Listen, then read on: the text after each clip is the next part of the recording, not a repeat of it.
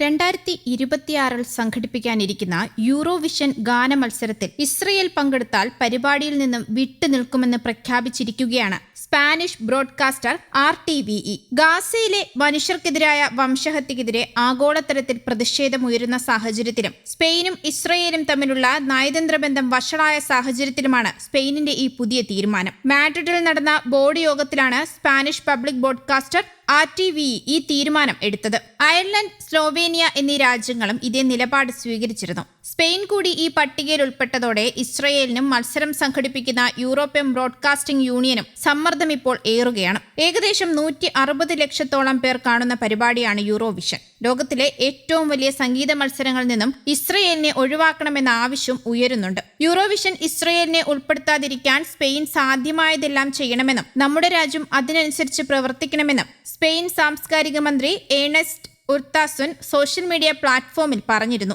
Israel ടീമിന്റെ സാന്നിധ്യത്തെ ചൊല്ലി പലസ്തീൻ അനുകൂല പ്രതിഷേധക്കാർ വുൽറ്റ എ എസ്പാന സൈക്കിൾ ഓട്ട മത്സരം തടസ്സപ്പെടുത്തിയിരുന്നു. ഇതിനെ തുടർന്ന് ഇസ്രയേൽ അന്താരാഷ്ട്ര പരിപാടികളിൽ പങ്കെടുക്കരുതെന്ന് സ്പാനിഷ് പ്രധാനമന്ത്രി പെഡ്രോ സാഞ്ചസ് പറഞ്ഞിരുന്നു. ഞങ്ങളുടെ നിലപാട് വ്യക്തമാണ്. ക്രൂരത അവസാനിപ്പിക്കുന്നതുവരെ ഇസ്രയേൽ അന്താരാഷ്ട്ര മത്സരങ്ങളിൽ പങ്കെടുക്കരുത്, അദ്ദേഹം പറഞ്ഞു. മത്സരവുമായി ബന്ധപ്പെട്ട പങ്കാളിത്തവും സംഘർഷങ്ങളും എങ്ങനെ കൈകാര്യം ചെയ്യാം എന്നതിനെക്കുറിച്ച് അംഗങ്ങളുമായി കൂടിയാലോചിച്ചു വരികയാണെന്നും പങ്കെടുക്കണോ വേണ്ടയോ എന്ന് തീരുമാനിക്കാൻ ഡിസംബർ വരെ മത്സരത്തിൽ പങ്കെടുക്കുന്നവർക്ക് സമയം നൽകുമെന്നും യൂറോപ്യൻ ബ്രോഡ്കാസ്റ്റിംഗ് യൂണിയൻ കഴിഞ്ഞ ആഴ്ച പറഞ്ഞിരുന്നു. മുൻ യൂറോവിഷൻ വിജയികളിൽ ചിലരും ഇസ്രയേലിന്റെ പങ്കാളിത്തത്തെ എതിർത്തിട്ടുണ്ട്. എന്നാൽ ഇസ്രയേലി പബ്ലിക് ബ്രോഡ്കാസ്റ്റിംഗ് കോർപ്പറേഷനും അധികാരികളും ഇതിനോട് ഇതുവരെ പ്രതികരിച്ചിട്ടില്ല. യൂറോവിഷന്റെ ഫൈനൽ മെയ് മാസത്തിൽ വിയന്നയിൽ നടത്താൻ തീരുമാനിച്ചിരിക്കുകയാണ്. ഇസ്രയേലിനെ പങ്കെടുപ്പിക്കാനാണ് തീരുമാനമെങ്കിൽ മത്സരത്തിൽ നിന്ന് വിട്ടുനിൽക്കുമെന്ന് അറിയിച്ച് നേരത്തെ തന്നെ അയർലൻഡ് രംഗത്തെത്തിയിരുന്നു. മറ്റൊരു യൂറോപ്യൻ രാജ്യമായ സ്ലോവേനിയയും സമാനമായ തീരുമാനം അറിയിച്ചിരുന്നു. റഷ്യ പോലുള്ള രാജ്യങ്ങളെ യുക്രൈനെ ആക്രമിച്ചു എന്ന കാരണത്താൽ യൂറോവിഷനിൽ നിന്ന് വിലക്കിയിരുന്നു.